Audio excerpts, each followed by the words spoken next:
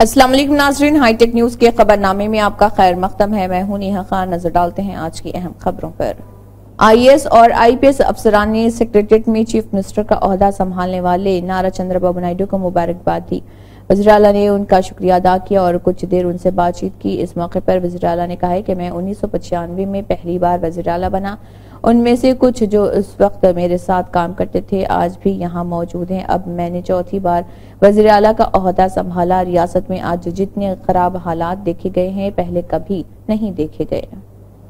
అందుకనే మొట్టమొదటిసారిగా పెన్షన్లు ప్రారంభించింది తెలుగుదేశం పార్టీ. గౌరవనీయులు ఎన్టీ రామారావు గారు 35 రూపాయలతో ప్రారంభించారు. దాన్ని సమైక్య ఆంధ్రప్రదేశ్ నేను 75 రూపాయలు చేశాను. మళ్లీ నేను ముఖ్యమంత్రి గారు 200 రూపాయలు ఉండేది. ఒకసారి 1000 మళ్ళా 1000 పెంచి 2000 రూపాయలు చేశాం. ఆ 2000 రూపాయలు మనం ఇచ్చిన తర్వాత గడిచిన ప్రభుత్వం పెంచింది విడతల వారీగా 250 పెంచారు. నేను ఎలక్షన్ లో క్లియర్ హామీ ఇచ్చి कमिश्नर टास्क फोर्स ने पुलिस ऑफिसर का रूप धार कर पैसे बटोरने वाले सियोडो पुलिस को गिरफ्तार कर लिया है। खुफिया मालूमात की बुनियाद पर commissioner task force north zone team Hyderabad city के एहलकारों ने गांधीनगर पुलिस के साथ मिलकर एक छदम पुलिस सन्नी यादव को गिरफ्तार किया है, जो पुलिस का रूप धार कर मुतासरीन से रकम वसूल कर रहा था। बहरहाल कालेश्वरम पैकेज प्रणीता चेवेल्ला प्रोजेक्ट मुकम्मल हुआ है और कामारेड्डी जिले के किसानों की 2,75,000 एकड़ अराजी को आपाशी का पानी फराहम करने के मकसद से वाईएस राजशेखर रेड्डी के दौरे हुकूमत में काम में शुरू हुआ था। बीआरएस इख्तिदार में आने के बाद प्रणीता चेवेल्ला प्रोजेक्ट मुकम्मल हो जाता तो कांग्रेस पार्टी को शब्बीर अली का नाम नहीं मिलता और उन्होंने बगैर कोई फंड्स जारी किए उसे रौंद डाला। और अब जबकि कांग्रेस पार्टी इख्तिदार में आ चुकी है, वो अपने ड्रीम प्रोजेक्ट प्रणीता चेवेल्ला को मुकम्मल करने पर इसरार कर रही। जहीराबाद के रुकने पार्लियामेंट सुरेश शेट्टिकर ने कांग्रेस पार्टी के रियासती उमूर के इंचार्ज दीपादास मुंशी के साथ वजीर पूनम प्रभाकर, रियासती हुकूमत के मुशरान शब्बीर अली, टीपीसीसी मुहिम कमेटी के चेयरमैन, साबिक मेंबरान पार्लियामेंट मधुया शकी गौड़ और दीगर से मुलाकात की। इस मौके पर उन्होंने रुकने पार्लियामेंट के तौर पर शानदार कामयाबी हासिल करने वाले सुरेश शेट्टिकर को मुबारकबाद दी। प्रोग्राम में इब्राहिमपट्टनम के एमएलए मल्लेश रंगारेड्डी और दीगर कायदीन मौजूद थे। Barrister Asaduddin Owaisi MP Hyderabad president MIM की कामयाब नुमाइंदगी पर और उनकी हिदायत पर मिर्जा रहमत बेग कादरी एमआईएम एमएलसी और जफर खान कॉरपोरेटर और हुसैनी पाशा कॉरपोरेटर वो मोहम्मद खादर कॉरपोरेटर ने आज 1 बजे शाह इनायतगंज पुलिस स्टेशन पहुंचकर जो बेगम बाजार चेक पोस्ट पर फिरका परस्त अनासर 2 जानवरों को रोककर गौशाला मुंतकिल कर रहे थे। इसकी इतला मिलते ही फौरी सदर मोहतरम ने पुलिस को और आला ऑफिसर से बात की और जानवरों का गवर्नमेंट का स्लिप वेटरनरी डॉक्टर का सर्टिफिकेट देकर फौरी जानवरों को रिलीज करवाया और उनके मालिक खरीदार के साथ रवाना किया गया। इस मौके पर मजलिस के सदूर व मोतमदीन भी मौजूद थे।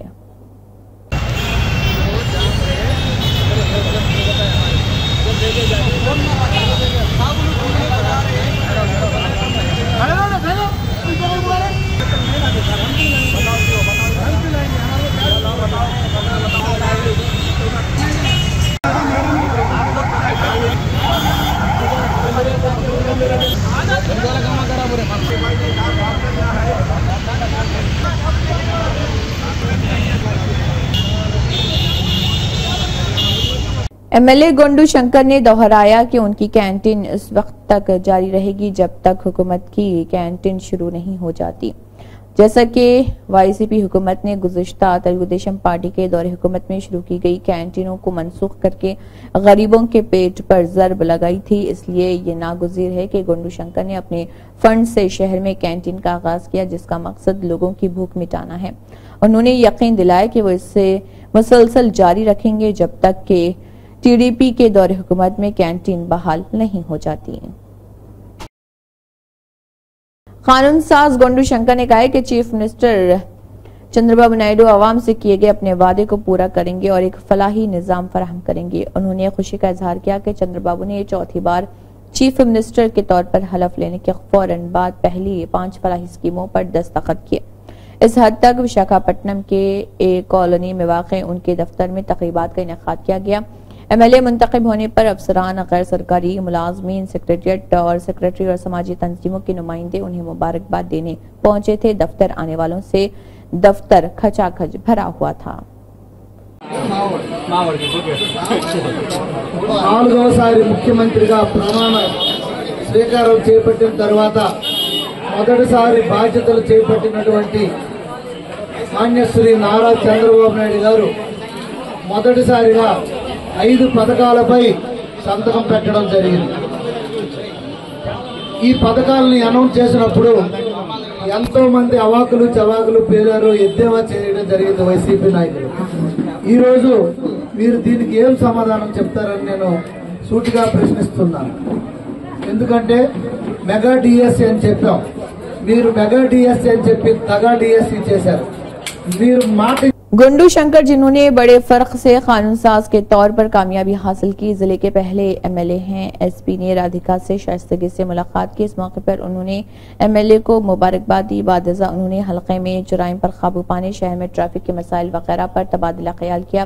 शंकर ने SP से कहा है कि वो ट्रैफिक को कंट्रोल करने के लिए इक़दाम करें ताकि लोगों को तकलीफ ना हो, और अमन व कानून की निगरानी के लिए इक़दाम करें ताकि हुकूमत की बदनामी ना हो। मंशियात डिस्पोजल कमेटी ने मुख्तलिफ मुकामात में कब्जे में लिए गए 5006.934 किलो गांजा तल्फ कर दिया। तेलंगाना हुकूमत और साइबराबाद पुलिस ने मंशियात और मंशियात की वबा के खिलाफ सख्त इक़दाम उठाए हैं जो नौजवानों को कमजोर कर रहे।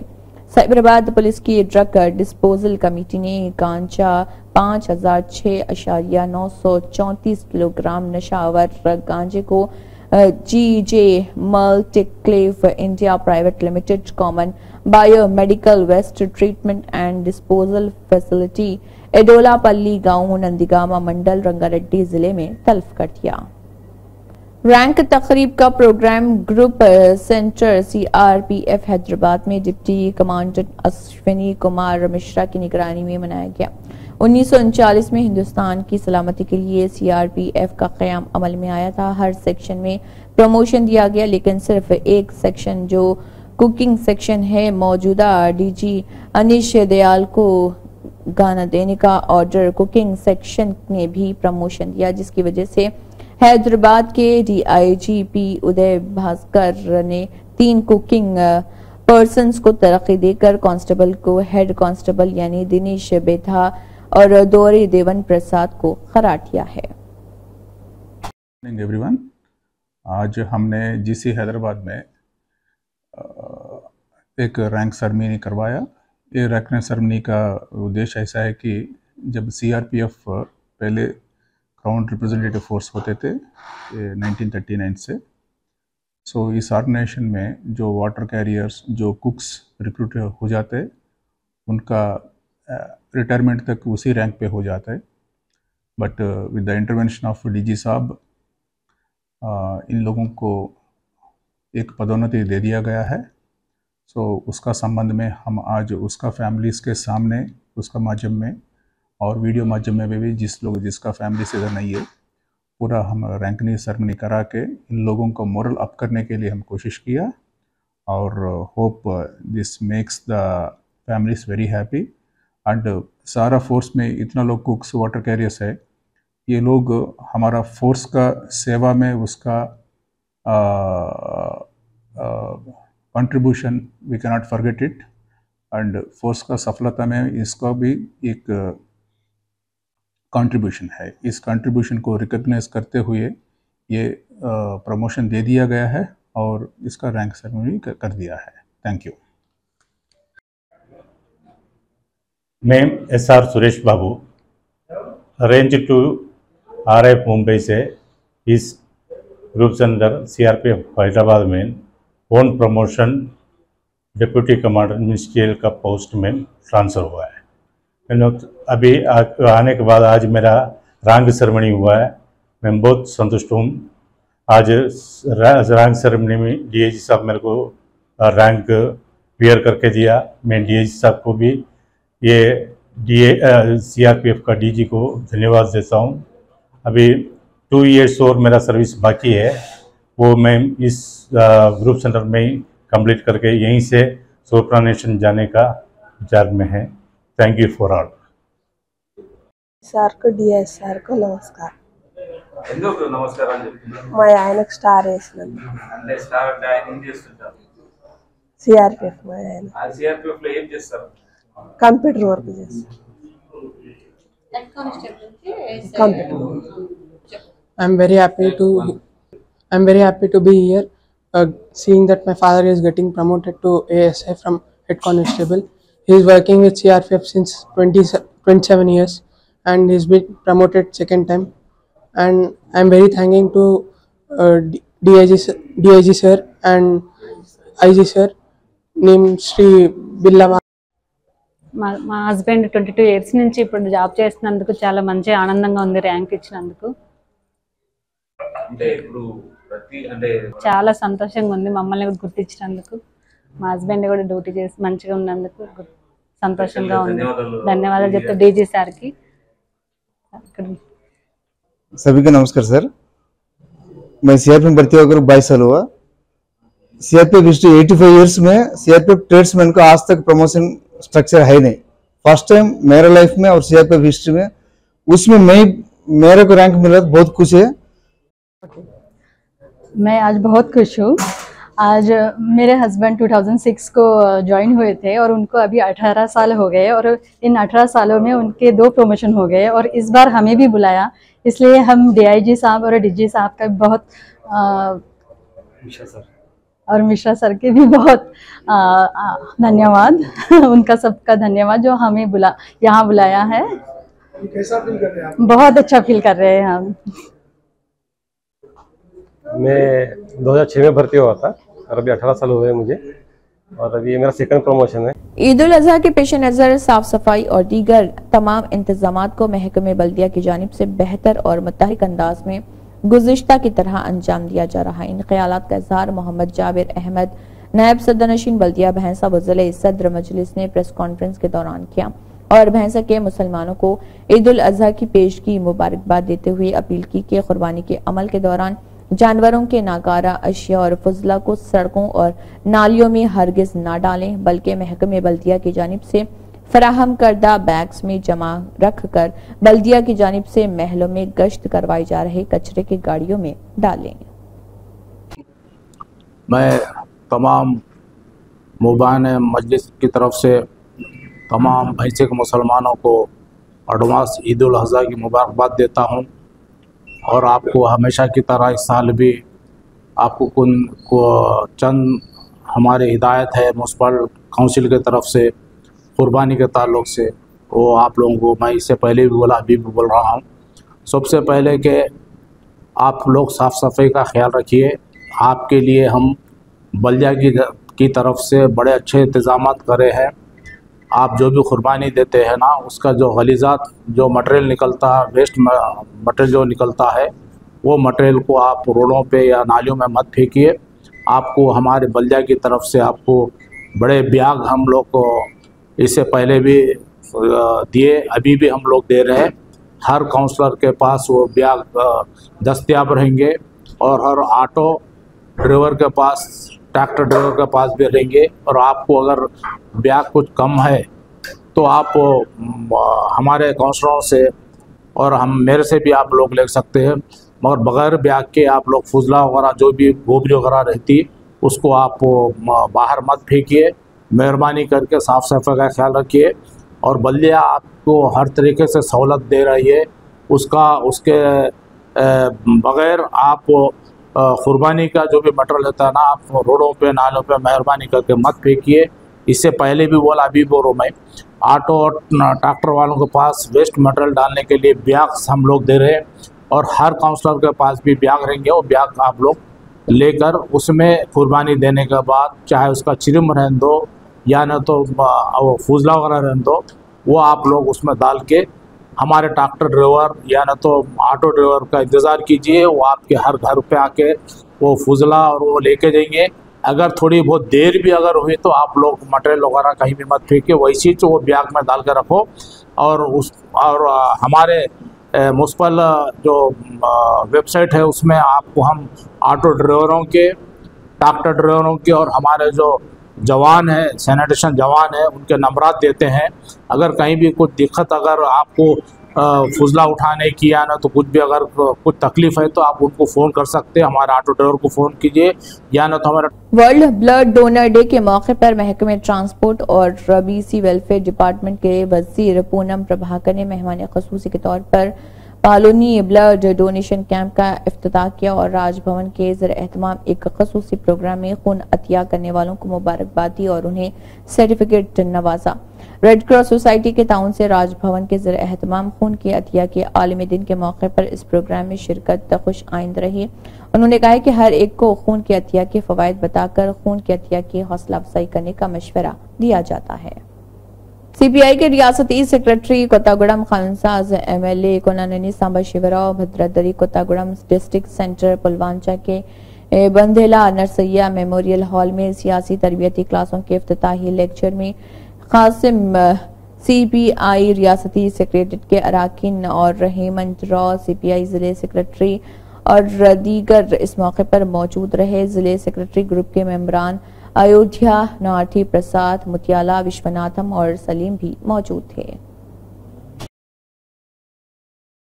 ऑल इंडिया किसान सभा के कौमी सदर राउला वेंकैया और श्रीमपल्ली मल्ला रेड्डी, नरसिम्हा रेड्डी, सोमा मिर्ला, पसा पद्मा भागम, हेमंत राव और दीगर किसान कायदीन ने हैदराबाद के देसोधार का भवन बशीर बाग में AIKS के कौमी जनरल सेक्रेटरी अतुल कुमार अंजान को उनकी यादगारी मीटिंग में फूल चढ़ाते हुए खराज अकीदत पेश किया।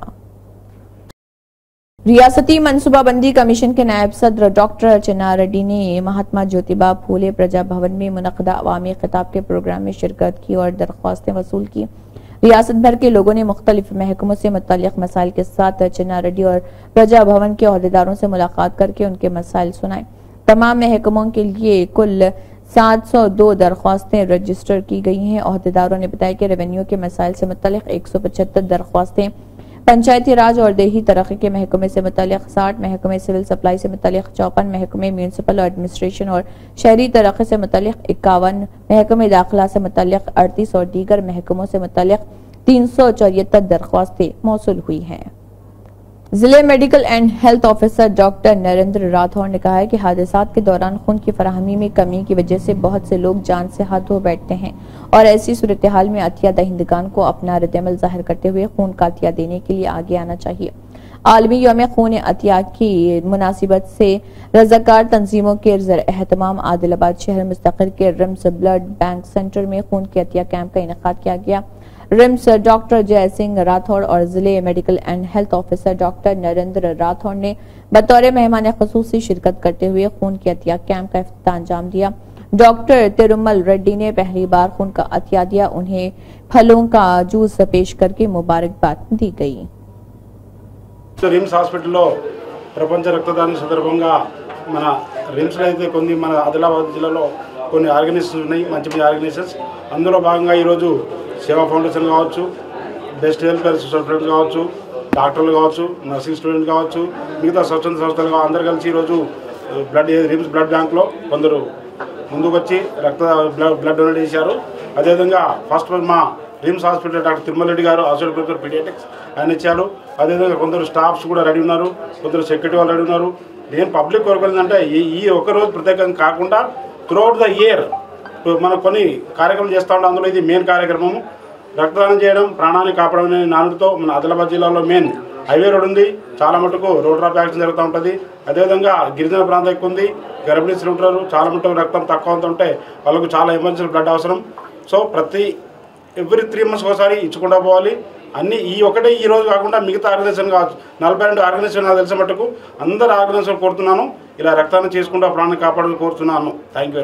ప్రపంచ రక్తదాన దినోత్సవం అనేది జరుపుకుంటున్నాము.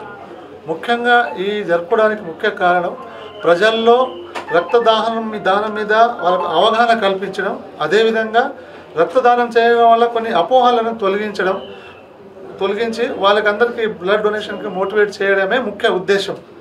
సో మన శరీరంలో మన రక్తం దాదాపు 5 లీటర్స్ అంటే 5000 మిల్లీ లీటర్స్ ఉంటుంది. అందులో మన इसी के साथ हाईटेक न्यूज का बरनामा इख्तिताम को पहुंचता है। अल्लाह हाफिज।